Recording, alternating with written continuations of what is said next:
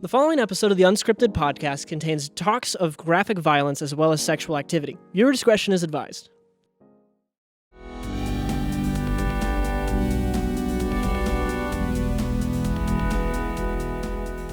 Hello and welcome to the Unscripted podcast. I'm Ryan Rank, senior film columnist here at the Daily Texan, and today I'm joined by my co-host, as usual, Sage, Life and Arts associate editor. Sage Dunlap. Sage Dunlap. Dunlap. We have to add the Dunlap in there. Don't throw disrespect on your last name.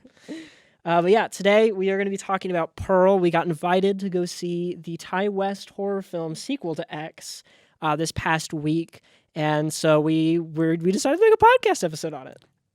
This movie meant everything to me. I'm a big X fan. Yeah. How did you feel about X? With X, I was kind of like, I enjoyed it, but it was much more for fun for me than it was like a serious movie, because I know a lot of people took it more seriously, which is fine. Yeah. What about you?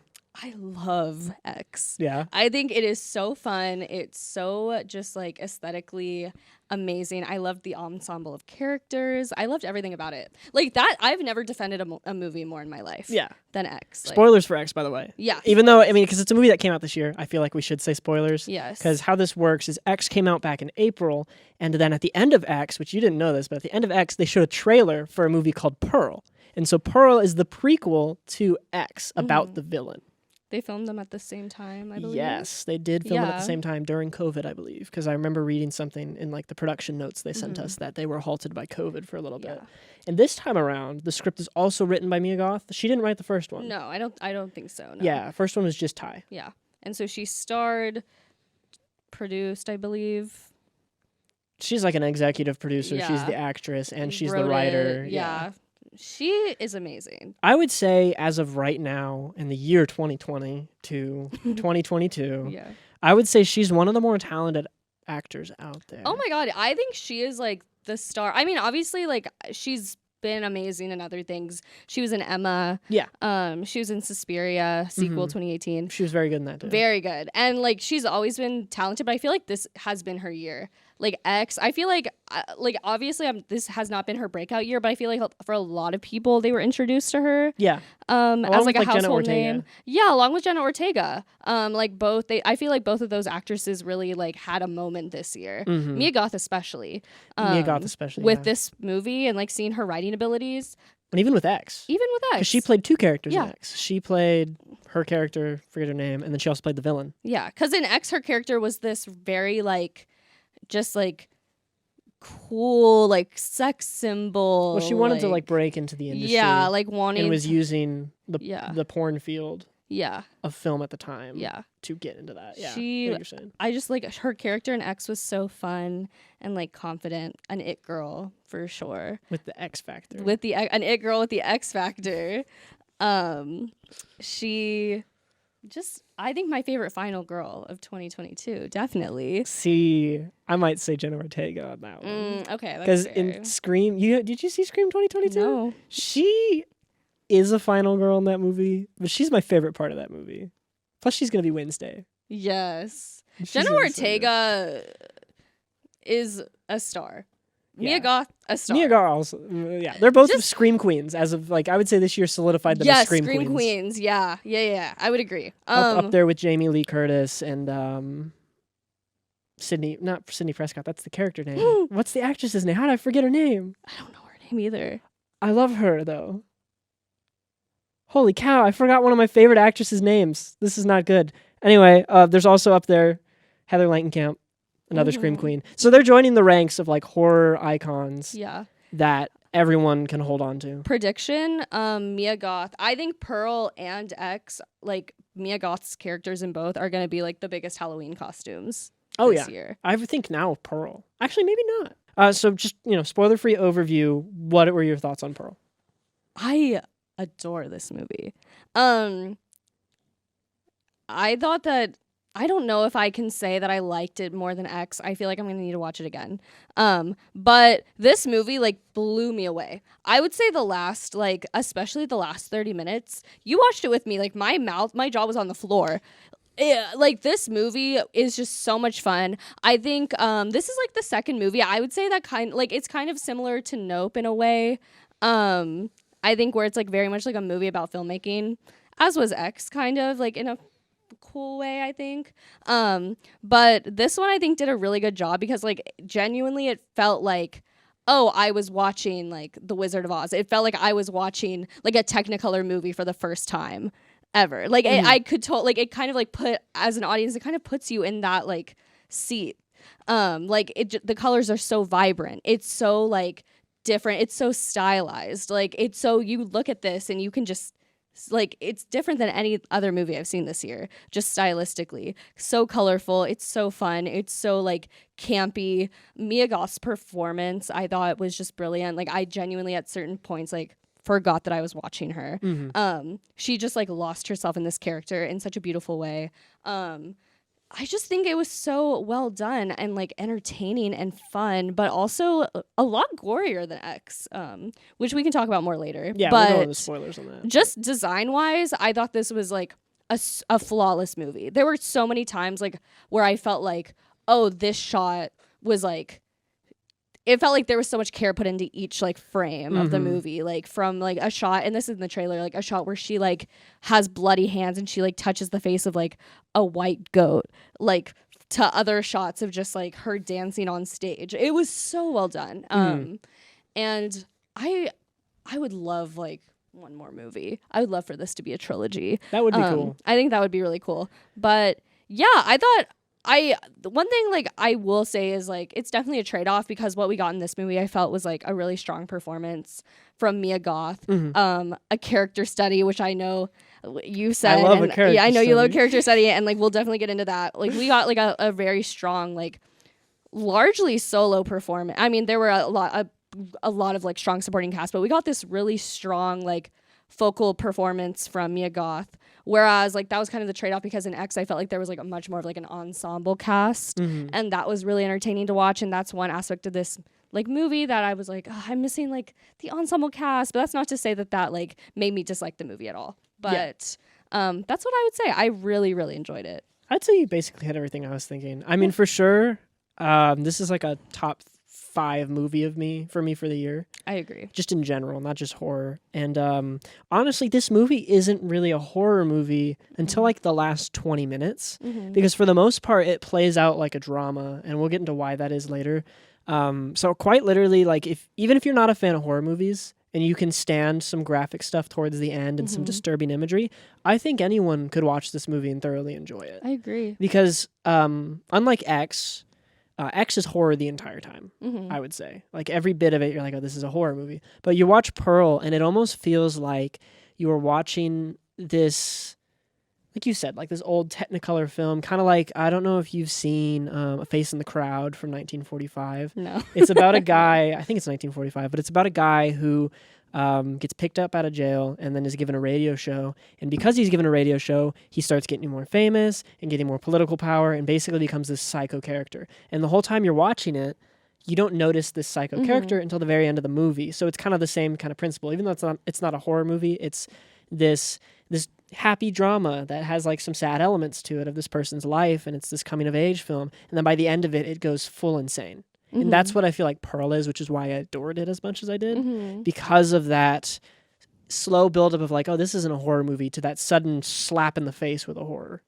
Yeah. And I wonder, that kind of brings up the point of like, I feel like, especially right now, the whole like, the idea of like the tortured artist, the obsessed artist, that's become like a really big trope recently. Yeah. And I wonder if this movie is going to be grouped into that trope. Just because like you have movies like Black Swan or like Whiplash or even Joker. I mean, this is a Joker equivalent. Kind of. As much as people meme on that movie, it is a Joker exactly equivalent.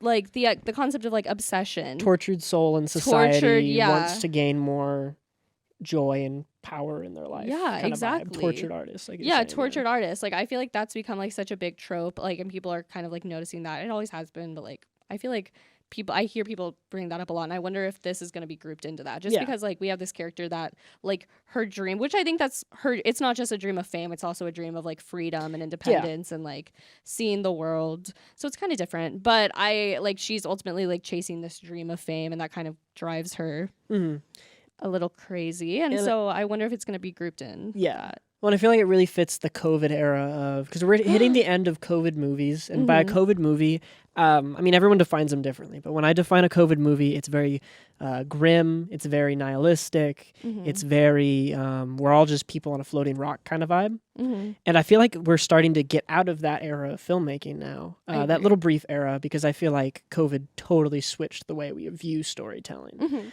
And so it's interesting to see, like you're saying, will that be grouped in with all these other COVID movies? Because you see movies like Everything Everywhere All at Once, and sure, they were made before COVID, but they also had some production in COVID, and so maybe things shift. And a lot of movies in recent years, I'd say in the past 2 years specifically, are very nihilistic, which is fun. Like, it can be fun if you approach it the right way.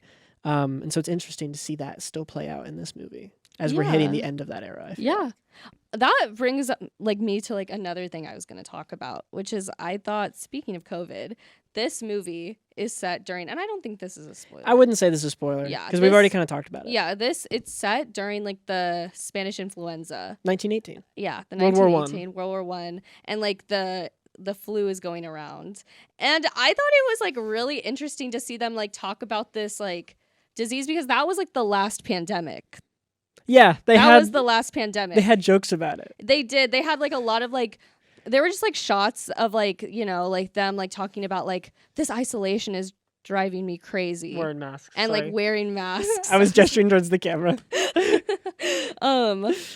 Yeah, like a lot of like shots of like people wearing masks in public, wearing masks like to the movies, like going to the pharmacy and getting medicine, like talking about like this isolation is like horrible, but like I don't want to get sick, and like, you know, even like just like little conversations where like someone would be like, oh, I'm not feeling great, and then they'd be like, oh, well, you're not coming down with anything, right? Like just little, like, it's just interesting because like I feel like if this movie had come out like maybe like a year ago, like that sort of like reference would have felt kind of on the nose. But I feel like we're kind of like now, not to say by any means we're done with COVID, but I feel like we're kind of like we've learned separated. To live with it a little We're kind of separated from that period of isolation.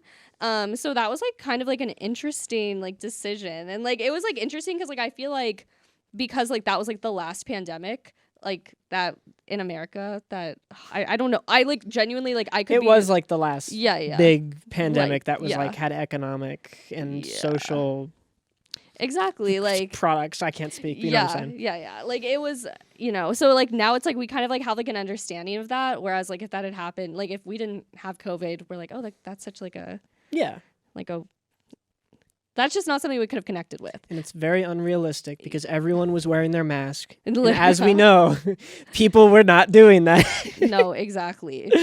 That's the thing. Like they were taking it seriously in this movie. I was like, thank you. Yeah, it was funny. Like, well, let's just do like a brief overview of the story. We're following this character named Pearl. She's the murderer in X, who's an old lady in X, so that's why it's set in 1918. And Pearl is played by Mia Goth, just like she is in the last movie. And so this is kind of just her origin story, and it's a character study of how she became to be this murderer psycho. And it kind of comes down to she doesn't have the greatest family life at home.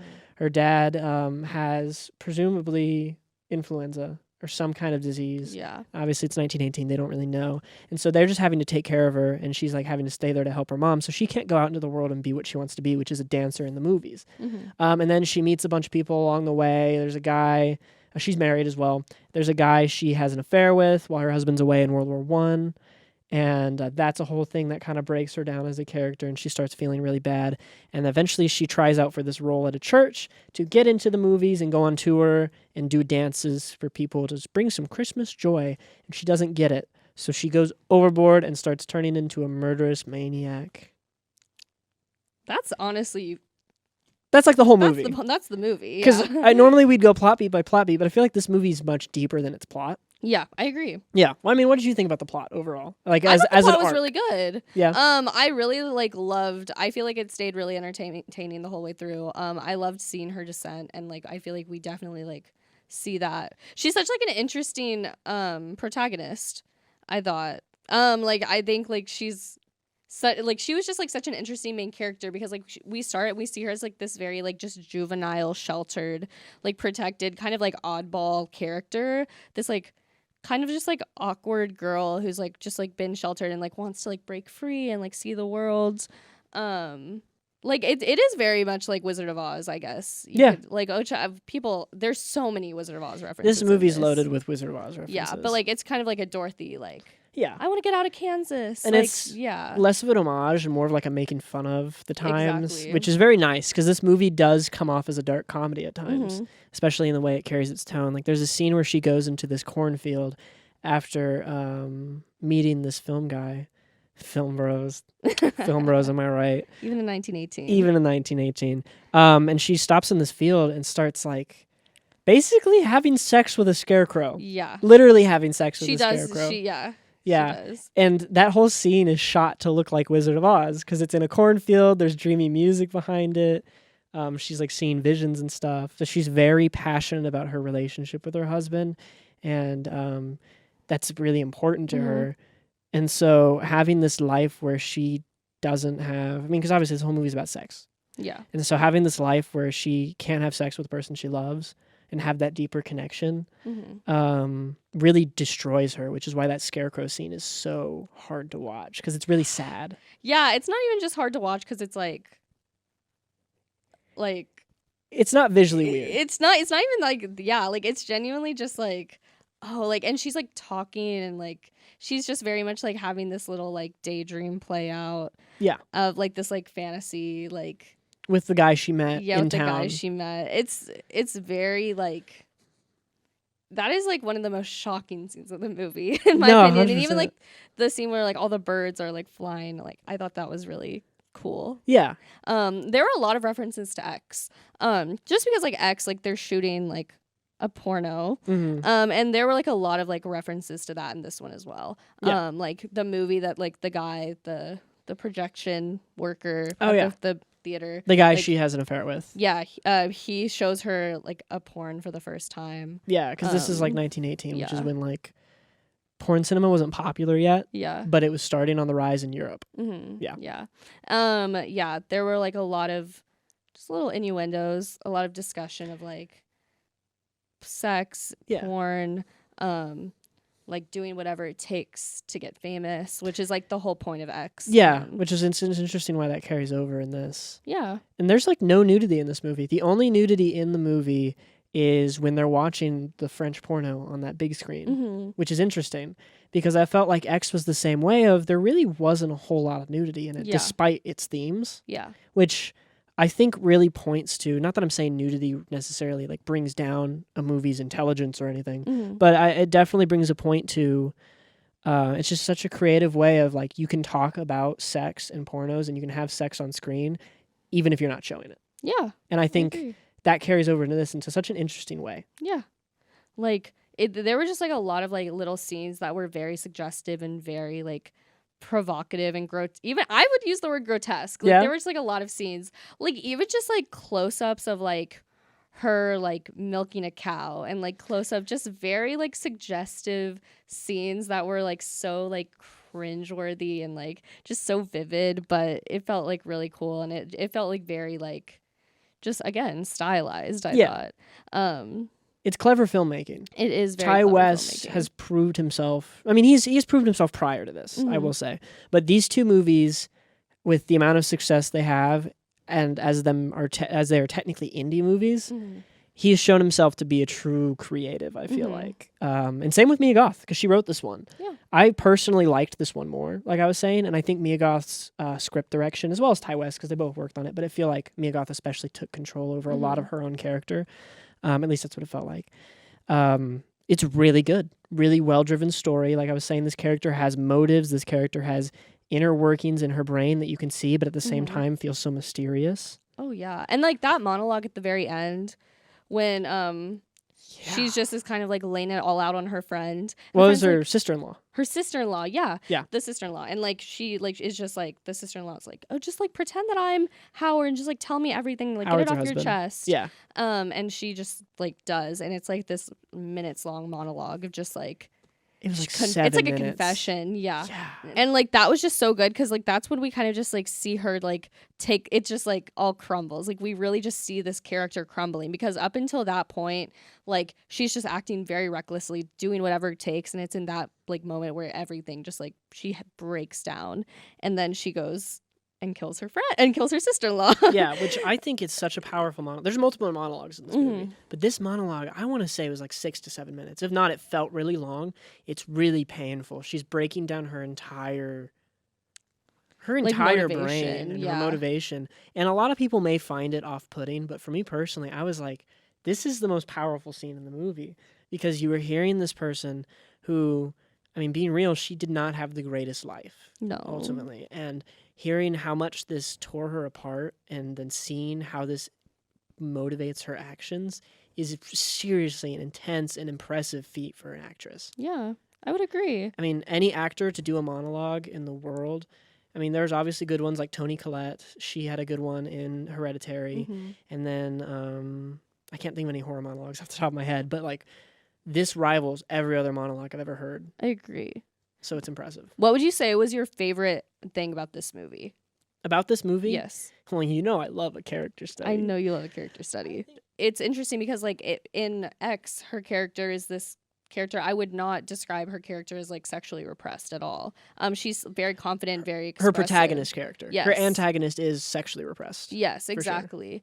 Sure.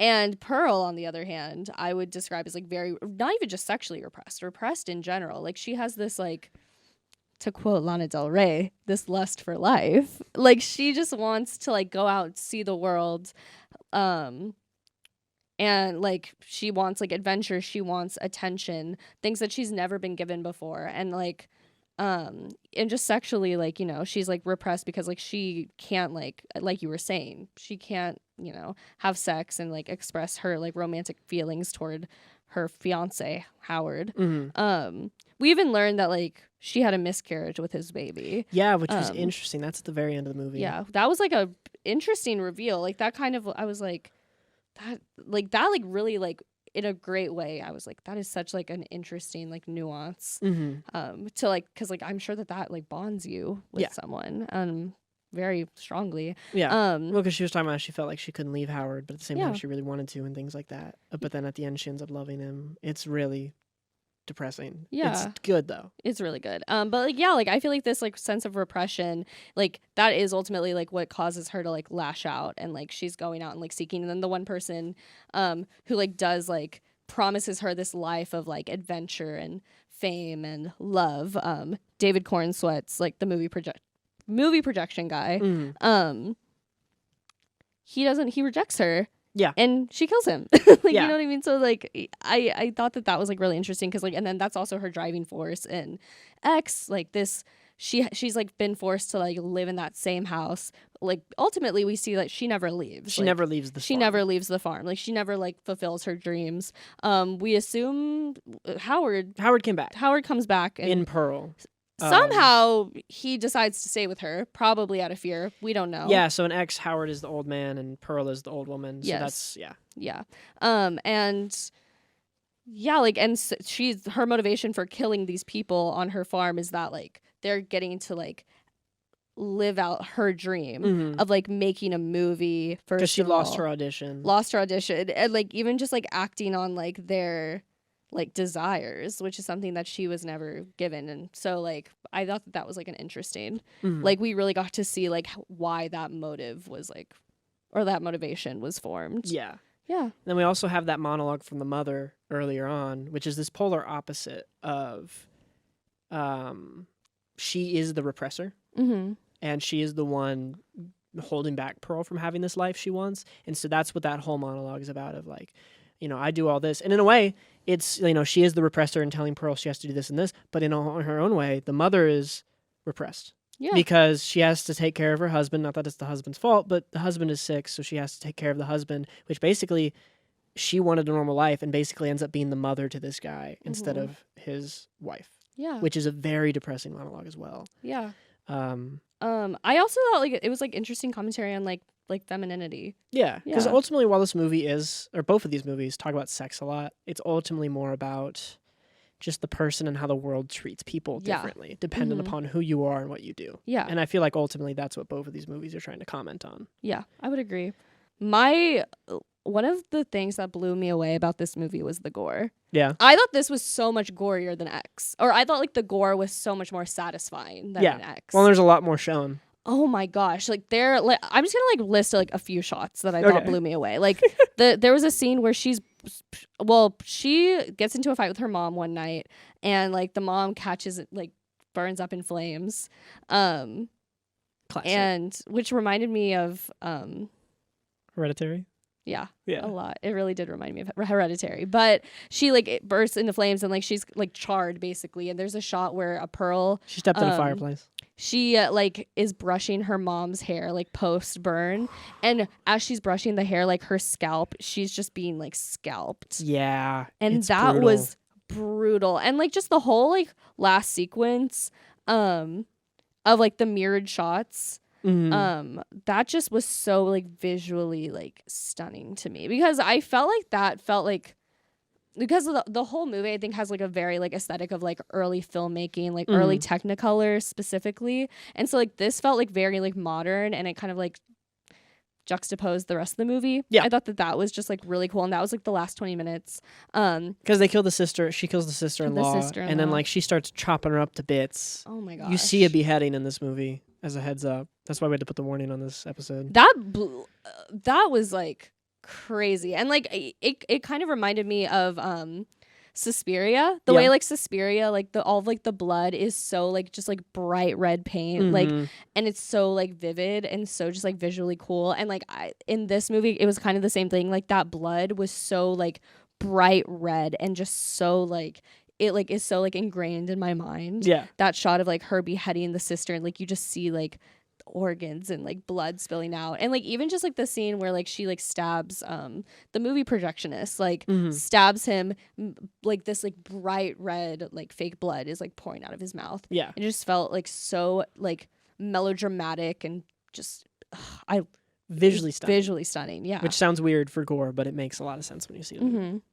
But yeah, I mean, there was a lot of themes throughout this movie and a lot of things, but I think that kind of covers it all. I would agree. Yeah. I mean, we were probably all over the place. This movie's a lot to dissect. So don't just take our word for it. And, you know, maybe things change whenever we go back and rewatch it and see how we feel about it. But honestly, I think we kind of nailed its themes pretty well. I would agree. Definitely go see X first. There were so many references to X, even just like parallel lines, like, you know. Which if you're listening at this point, I would assume that you've seen X and Pearl, but just in case, please go see X. Like the whole "I will not accept a life I don't deserve." Like X I is wanna also be a top 10 of the star. year for sure. Oh yeah, X is fantastic. it'll take me a few more watches of Pearl to decide which movie I liked more, but for now, I would say they're pretty equal for me. Yeah, I think Mia Goth is a star, and I want her to write every movie. I want her to have a hand in every movie. I agree. Ever. I want her to act in more, not even just horror. I mean, I prefer horror, obviously, but I would like to see her in more stuff. She's such a good leading female. She's a great leading character, Yeah. I love her. But yeah. And sadly, she won't win an Oscar because horror movies never win Oscars, even though she deserves a lead actress Fingers nomination crossed. for this. Yeah. But anyway, I hope you all have a great week. I've been Ryan. I've been Sage. And thank you for listening to the Unscripted podcast. Bye. Bye.